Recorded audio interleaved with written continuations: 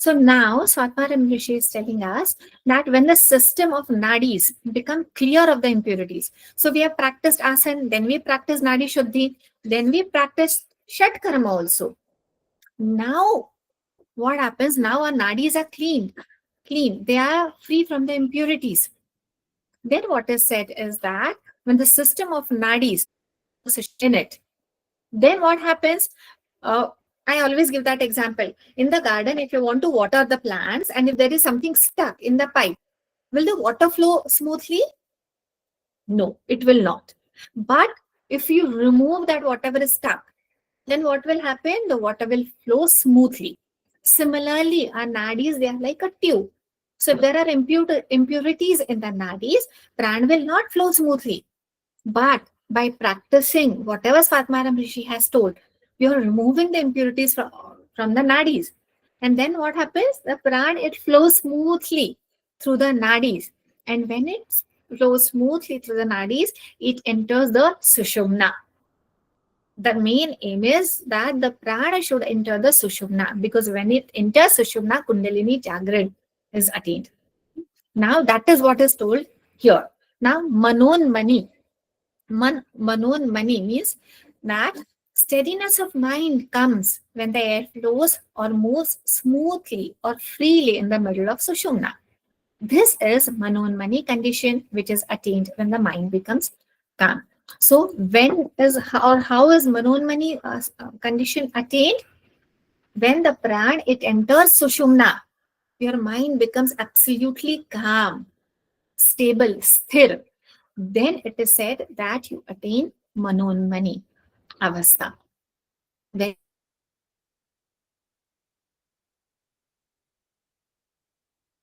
to accomplish this manonmani avastha, to absolutely calm our mind, to make our nadis completely, absolutely free of impurities. What we should do is that, Satamaram Rishi, my voice is cracking? Yes, ma'am. Sometimes.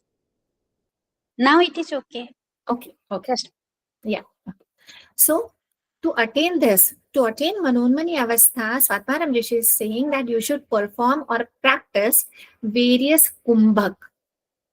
And when you practice this various kumbhak that he has told, then the yogi or the practitioner, he will attain different types of siddhis.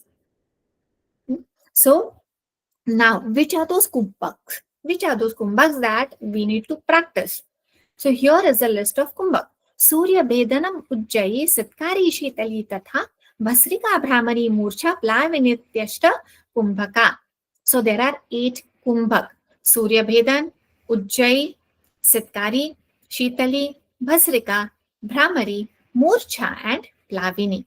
Here, now you have to remember this in sequence, because in Kherand there are different kumbhaks and the sequence is again different. So learn this in sequence now only. So here it is said that at the end of Purak, Jalandhar Bandha should be performed, and at the end of Kumbhak and at the beginning of Rejab, Udyan Bandha should be performed. I'll tell you it's simple. We inhale, so we are doing Purak. Then what do? Then we practice Jalandhar Bandha first. So at the end of your inhalation, at the end of your Purak, what do? We execute Jalandhar Bandh. Then what do we do when we want to exhale? What do we do at the start of exhalation? Here it is said that before you start exhaling, you have to practice Udyan Bandha. So, Pura, that means inhalation, then Jalandhar Bandh, then Udyan Bandh, and then you have to exhale. The sequence is clear? yes, ma'am. Now, here in this particular shlok, Mool Bandh is not mentioned. Here in this shlok, only this much is mentioned. That inhale, Jalandhar Bandh, then Udyan Bandh, and then exhale. But in the next shlok, Swatmaram Rishi is telling, by drawing up from below and contracting the throat, and by pulling back the middle of the front portion of the body, the prana goes to the Brahmanadi, that is Sushumna. Now here he is telling that you have to execute Mool Bandha also. And when you do that, when you execute Mool Bandha, and then by pulling back the middle of the front portion of the body, that is Udyan Bandha. So that means what is the sequence that he is telling? Inhale, then Jalandhar Bandh, then Mool Bandh, then Udyan Bandh. Okay. Then what happens when you practice it in this way? Prana enters the Sushumna Nadi, that is Brahma Nadi. So you have to inhale, then Jalandhar Bandh, Mool Bandh, Udyan Bandh, hold, release the bandhas, and then exhale slowly. When you practice in this way, the prana, it enters Sushumna Nadi. Then it is said, by pulling up the Apana Vayu and by forcing the Pran Vayu down the throat, the yogi is liberated from old age and becomes young as it were 16 years old. Who doesn't want to look like 16 years old, right? So here it is said, but it is just like, it is said, I don't know. So what he's saying that by pulling up the Apan Vayu, so you have to pull up the Apan Vayu, take it upwards, and by forcing the Prana Vayu down. So Prana Vayu, you have to force it down. Apana Vayu should move upwards. When this happens, then what happens? The yogi becomes young. He looks like a 16-year-old. This is asked in the exam, and it is very interesting also. So please remember this, don't forget. In which kumbhak is it said that the yogi looks like a 16-year-old? By pulling up the Apana Vayu and What by is yes, but what is the name of this kumbhak? Surya Bhedi. No. But Kumbhak name is not written. Have I told you the name of any kumbhak? No, ma'am. Look up.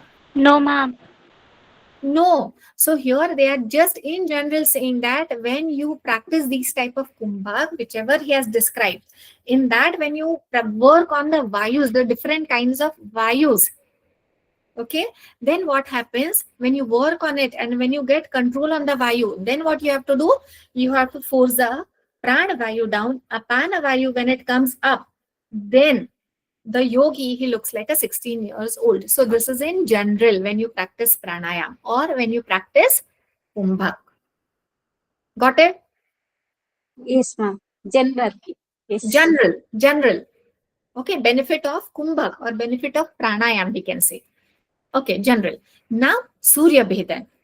Surya Bhedan, taking any comfortable posture and performing the asana.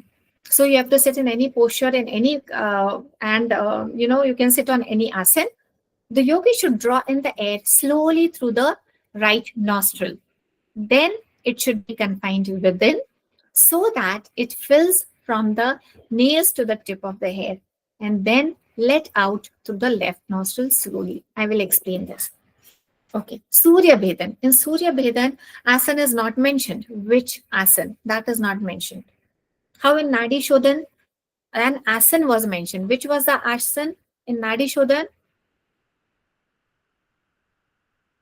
Sukanya ji, you had told me that asana. Baddha Padmasan. Yes. So here, yeah. So here, asana is not mentioned. Any comfortable asana. Then what you have to do is you have to inhale with your right nostril. So your left nostril is closed. Inhale through your right nostril. And then practice kumbhak. That means you have to hold your breath. Now, for how long should you hold your breath? After inhalation, how long should you hold your breath? You should hold your breath till the tip of your hair and the nails, they don't start sweating. Clear with this? Till the time they don't start sweating, till that time you have to hold your breath. And then when this happens, when your Sukanya ji. So, and when that happens, when your nails start sweating, when your tip of the hair that starts sweating, then Swatmaram Rishi is saying, then you have to exhale slowly with your left nostril. But in regular practice, we are unable to do this. This is told in Hatha Pradipika. Lot of practice required for that. So what is Surya Bedan? Inhale through your right, hold. How long should you hold? Till your nails and your hair start sweating. And then exhale with your left nostril. Simple. Now, when you practice Surya Bedan, what are the advantages? Kapala Shodhanam. Now tell me, Kapala Shodhanam, we studied yesterday. What do you mean by Kapala Shodhanam? Kapala Ma'am, Shodhanam. skull. Skull. Basic word. Yes, skull or a cranium. So your skull, or we can say the cranium part, it becomes pure. It is cleansed. Kapala Shodhanam. Vata Doshanam. That means, 1 minute. This excellent Surya Bedan cleanses the forehead, or we can say the cranium. Okay, the frontal sinuses. It destroys the disorders of Vata and Krumi dosh. I have highlighted because you should know the Sanskrit words. Krumi dosh. Krumi means the worms. That at sometimes we have that issue of worms in our belly. So Krumi means the worms. So those worms are also removed. So what are the benefits of Surya Bhedan? Our cranium is clean. Okay, then all the issues related to Vata dosh are destroyed. And third is worms are destroyed. Krumi are destroyed. Then is Ujjayi Pranayam. Ujjayi, having closed the opening of the nadi, the air should be drawn in with both the nostrils. 1 minute. Having closed the opening of your mouth, here you have to close your mouth. The air should be drawn in with both the nostrils. In Surya Bedan, we inhale with the right nostril. Here you have to inhale with both the nostrils in such a way that it goes touching from the throat to the chest and making noise while passing. Now, Ujjayi, if you have practiced, you must be practicing. So when we practice Ujjayi, I'm not talking about Hatha Pradipika. What do? We contract the muscles around the glottis. So what happens if the tube of our throat, this canal, if it is this much, what do? We are contracting. So it is that diameter is reduced. And when the air passes through it, it rubs. It rubs the walls of this canal. And that's why you hear that sound of breathing when you're practicing Ujjayi. So here that is not mentioned, that you have to contract the muscles around the glottis, everything. All those things are not mentioned. Here what is said is that when you inhale through your nostrils, you should feel that air touching your throat, your chest, that is your hriday. And it should make the noise when you are inhaling, when it is passing through your throat and chest. It should be restrained as before. So we should again, after inhalation, we should practice Kumbhak. How should we practice Kumbhak? As before. As before means what? The way we practiced in Surya Bhedan. Hold as per our capacity. We will hold it as per our capacity. So should be restrained as before. And then let out through Ida. That means your left nostril. This removes Shleshma, that is felt in the throat, and increases our appetite. Now, Ujjayi, remember, inhale with both the nostrils, and while exhaling, you have to exhale through your left nostril. So, inhale with both the nostrils, Kumbhak, and then exhale slowly with your left nostril. In the exam, they do ask, you will exhale with your left nostril or right nostril or with both the nostrils. So, remember, for Ujjayi, exhalation is only with your left nostril. What is the benefit of Ujjayi? Phlegm is removed because it is related to throat. So phlegm is removed. It increases your appetite. Then it destroys the defects in the nadis. That means the nadis are purified. Dropsy, disorders of the dhatu. Then all these are the benefits of Ujjayi. So Ujjayi should be performed in all conditions of life, even while walking and sitting. So this is asked in exam. which is the kumbhak that can be practiced while walking and sitting. So this is the only kumbhak that you can practice while walking or sitting. There is no other kumbhak which is in which it is mentioned that you can practice while walking or sitting. So from exam point of view, you have to remember this. Very, very important. Next is Sitkari. Simple.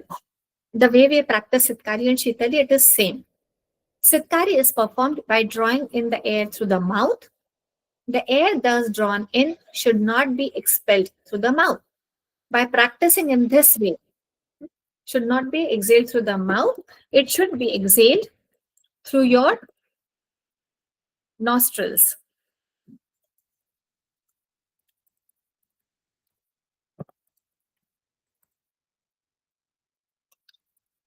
So inhalation is through your mouth and exhalation is through your nostrils.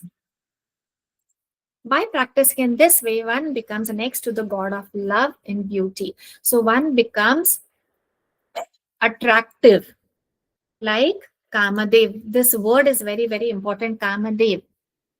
So when you practice Sitkari, inhaling through your mouth and exhaling with the nostrils, what happens? The first benefit is you become attractive like Kamadev. And when a person becomes so attractive, then what happens?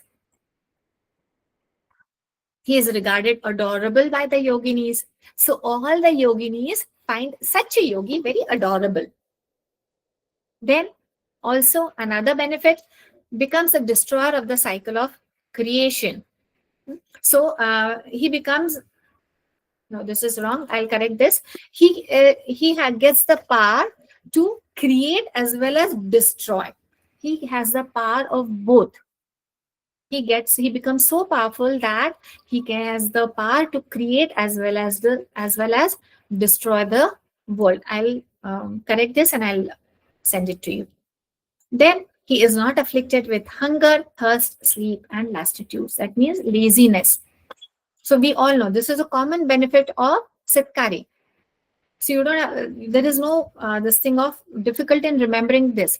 But from exam point of view, what you have to remember is this word, Sitkari. Benefit of Sitkari, Kamadev, Yogini.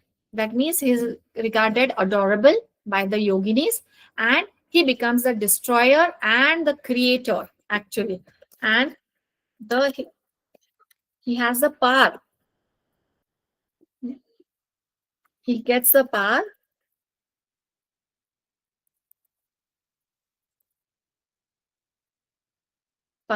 to destroy and also create the world. He becomes that powerful.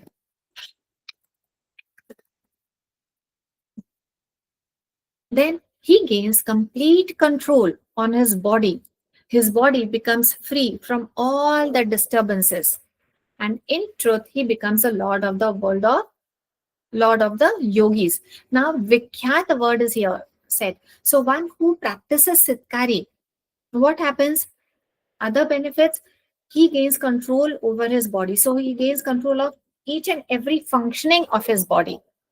So the when he gains control on the body, nothing else, no other bodily issues are created. He will not suffer from any diseases. He will not be troubled by any of the bodily issues because his body is in control. And in truth, he becomes a lord of the yogis. That means, how we say, the head of the company or the head of the family. Similarly, lord of the yogis means Vikhyata yogi. That means like the king. How the king is the head or the CEO is the head of the company. Similarly, he becomes the head or the lord of all the yogis. So that is the benefit of Satkari. Very beautiful benefits. Then Shitali. As and above Satkari, the tongue to be protruded a little out of lips. When the air is drawn in, it is kept confined as before and then expelled slowly through the nostrils. So just like Sitkari, here you have to inhale from your mouth. What you have to do is you have to keep your tongue between your lips and you have to make a U of your lip. Okay, you have to make a U. So you have to fold your tongue. If this is your tongue, You have to fold your tongue from both the sides. So it becomes a U. And then keeping your tongue in between your lips, what you have to do is you have to inhale from your mouth. When you inhale from your mouth, then what is saying that exhalation is not from your mouth. You have to exhale with both the nostrils. So you will take your tongue in, close your mouth, and then exhale with both the nostrils. That is Shitali. Now, what are the benefits of Shitali? This Shitali Kumbhak cures colic, spleen. Now, Gulma. Tell me, Gulma. Yesterday we studied. What do you mean by Gulma? You should know all these words. Hence, I'm asking again and again. Gulm means what? Anybody remembers? Mom, that colic. Colic means what? The gas in your stomach. That is Yes. Gulma. Yes. Yeah. Gas in your stomach. That is Gulma. Then is Pliha. Pliha means spleen. Spleen. Which we call as Tilli also. Then fever, disorders of bile, hunger, thirst, and counteracts poison. This is a very, very important benefit. It counteracts poison also. Vish ko bhi nasht kar deta hai. So in Sitkari, other than all the benefits, very important benefit is even the poison doesn't have any effect on us. So even if the yogi consumes poison by mistake, it will not harm him. That is the benefit of Shitali. Now this question was asked. I have not translated in English. So in Hat Pradipika, Shitali Pranayam, what are the advantages of Shitali Pranayam? Fever, cough, pitta, hunger, and laziness. Out of these, which are the benefits of Shitali? Tell me. Jwar, is it correct? You are correct.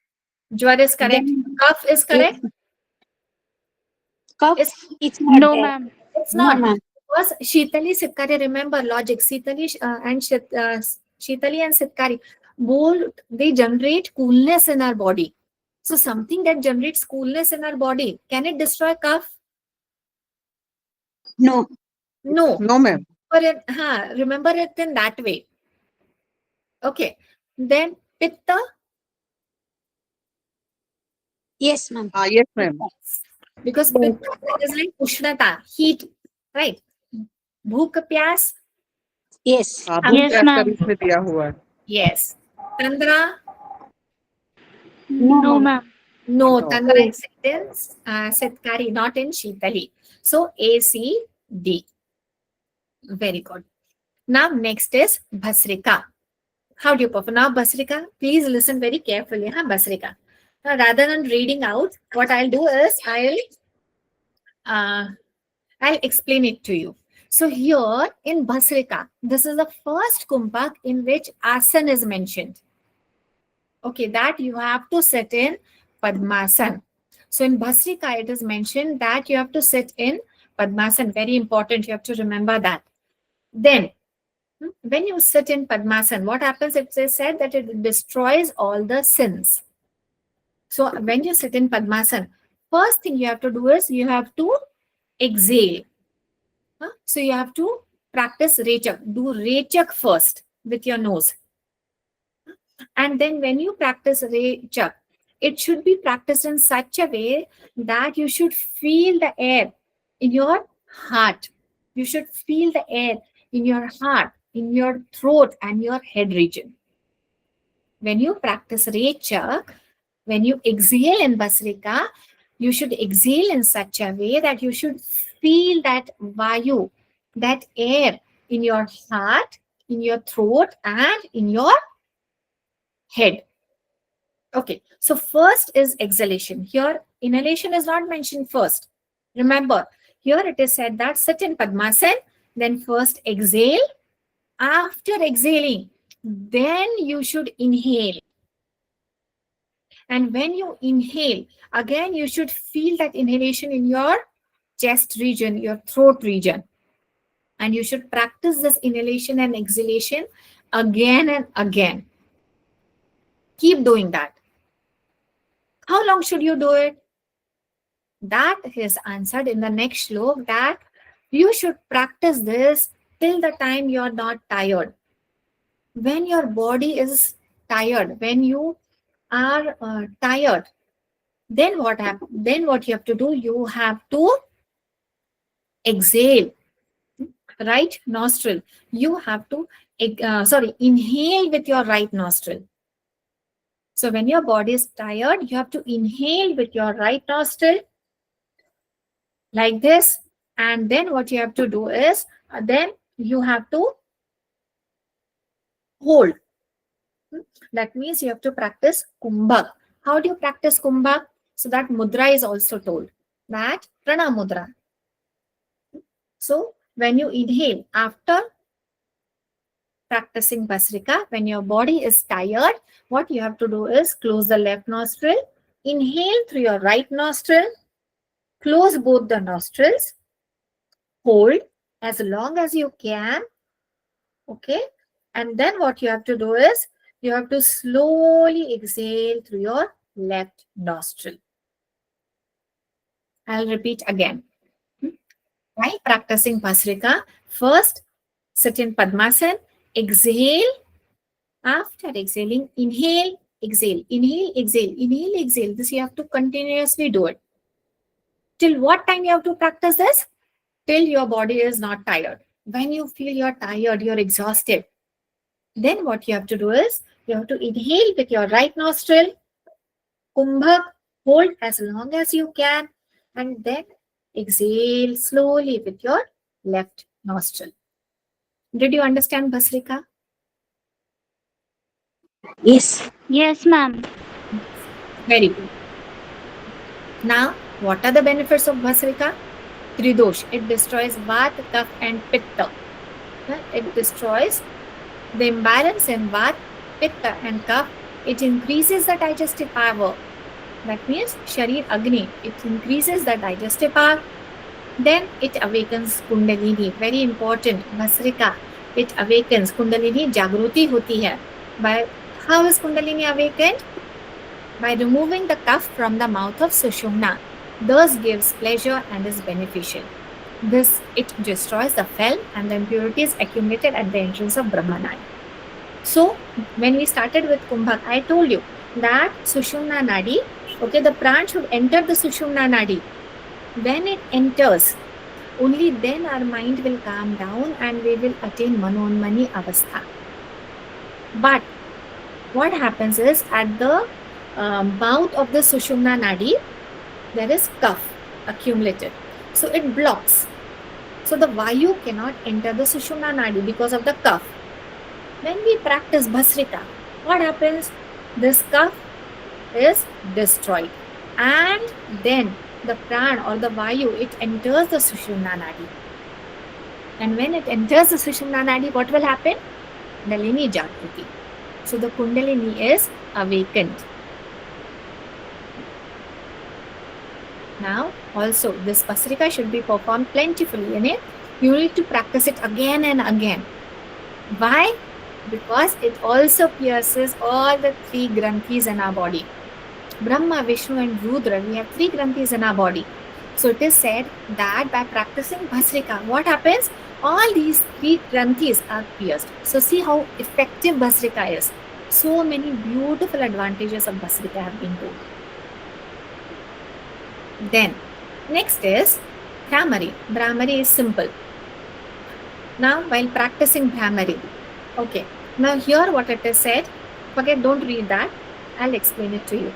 When you are inhaling, inhale very fast. Your inhalation has to be very fast. So, inhale fast, and when you're exhaling, you have to exhale very, very slowly. Make 2 columns. Inhalation and exhalation. Under inhalation, write fast inhalation.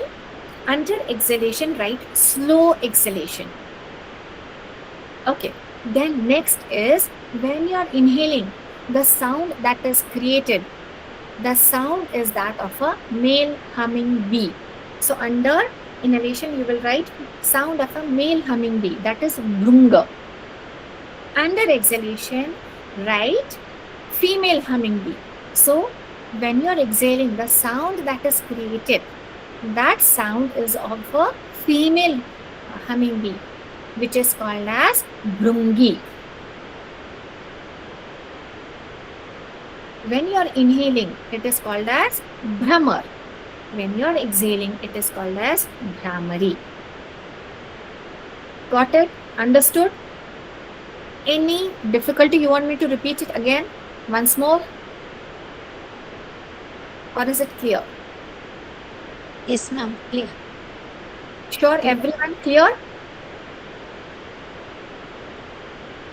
Nidhi ji, Ramesh ji, Radhika ji, clear? Very good. Yes, ma'am. Very good. Very nice. Okay, you've made the columns, I hope, very, very important from exam point of view. Now, Murcha Pranayam. Murcha. Now, here, what you have to do is closing the passages with Jalandhar Bandha firmly at the end of Purak. So, you have to inhale. Okay, you have to practice Purak. Inhale. Then execute Jalandhar Bandh. Then execute Jalandhar Bandh. And in Jalandhar Bandh, only you have to exhale. Normally, what we do? We release the bandha and then we exhale. फिर हम लोग रेचक करते हैं. But here it is said that you have to inhale, execute Jalandhar Bandh, and when you are in Jalandhar Bandh, at that time only you have to exhale, and very, very slowly, and that is called as Murcha. It is not something that we practice because there is a lot of guidance that is required, and it is said that it should not be practiced without a guru. So don't try also. Now, what is the benefit of this?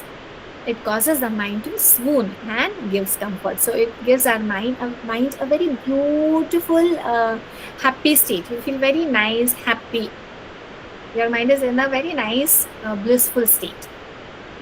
Then is Plavini. Plavini. Now, Plavini, what you have to do is you have to inhale. Inhale in your body, in your belly. Inhale so much, like a balloon. You have to inhale a lot of air. Inhale, and the body is filled with air. And it is said that after that, the yogi, he can even float on the water in Plavini. When you inhale and hold your breath, the yogi floats on the water just like the lotus leaf floats on the water. Very beautifully explained. So just like a lotus leaf, it floats on the water. Similarly, the yogi who practices Plavini, that means he inhales, fills his belly with air, he can float on the water. That means his body becomes that light. So in exam, they might ask that in which kumbhak the body floats like the leaf of a lotus. Jal mein kamal patra ki tarah. So it is Plavini. Then next, now very important from exam point of view. Okay, we know that there are three types of pranayam, or 3 stages, or what we can say steps of pranayam: Purak, Rechak and Kumbhak. But other than that, it is accompanied. There are other 2 types which are called as Sahit Kumbhak and Keval Kumbhak. These are 2 different kinds of Kumbhak, or we can say pranayam, Sahita and Keval. Now, here Swatmaram Rishi is saying that you have to practice Sahit Kumbhak as long as you don't attain Keval Kumbhak. So that means Sahit Kumbhak comes first, and then by practicing Sahit Kumbhak, you attain Keval Kumbhak.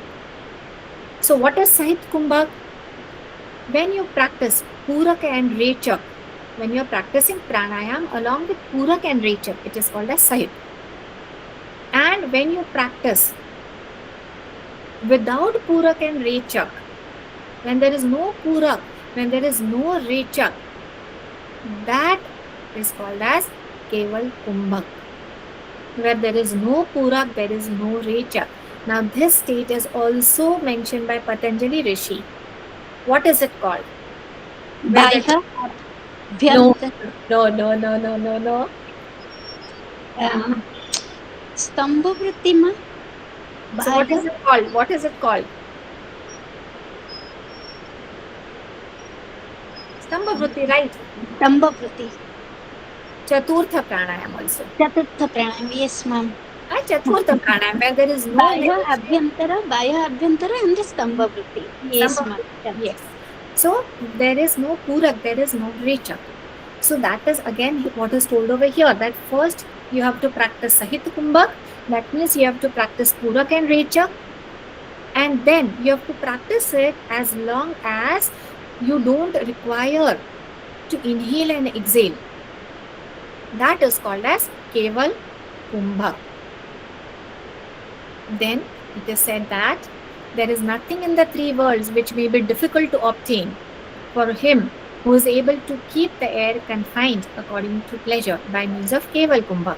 So that means when once a yogi, he attains Keval Kumbhak, there is nothing in this three worlds that he cannot attain. तीनों लोगों में ऐसा कुछ भी नहीं है that he cannot attain. What is the benefit of Keval Kumbhak? He can attain, or there is nothing that he cannot attain in these three worlds. Anything he wishes for, he can get. His each and every wish will get completed. That is the benefit of Keval Kumbhak. Then he obtains the position of Raja Yoga undoubtedly. So he attains Raja Yoga also. Kundalini awakens by Kumbhak, and by its awakening, Sushumna becomes free from impurities. So what are the advantages of Keval Kumbhak? Raja Yoga. First, there is nothing difficult for that yogi to obtain in the three worlds. He can attain anything that he wants in the three worlds. Then Raja Yoga is attained, which is the aim of Hatha Yoga. Then Kundalini is awakened, and then Sushumna Nadi becomes free from impurities. These four are the benefits of Keval Kumbhak. Now, no success in Raja Yoga without Hatha Yoga, and no success in Hatha Yoga without Raja Yoga. One should therefore practice both of these well till complete success is gained. So here is saying that without Raj Yoga, Hatha Yoga is impossible, and without Hatha Yoga, Raj Yoga is impossible. So you have to practice both Raja Yoga also as well as Hatha Yoga also. And then further is telling that on the completion of Kumbhak, the mind becomes stable. Manonmani avastha. Okay, so on the completion of Kumbhak, the mind becomes stable. By practicing in this way, one is raised to the position of Raja Yoga. So when you practice Kumbhak, your mind becomes stable, and then you attain Raja Yoga. Now, how do you know? How will you come to know that you have attained the success? So indications of success in the practice of Hatha Yoga, very important. Learn this shlok. They ask the sequence, and they always ask question from this shlok. So very, very important shlok. Vapu krushatvam. Vapuhu krushatvam. Krusha means what? The body becomes Vapu krushatvam, means the body becomes lean and very light. Vadane prasannata. That means your face becomes very pleasant. Nada sputatvam. That means you can hear the nada. Nayane sunirmale. That means your eyesight, it becomes what do you call? Clear. Not clear also in English, that it is not the right word. But your eyes become very powerful, tejasvi bante na, you're very attractive. Then arogyata. That means good health. All the diseases are destroyed. Bindu jay. Bindu jay means virya and raja. We get control on virya, that is semen, and raja, that is menstruation. Control on both. Agni Deepanam, that means the digestive fire is increased.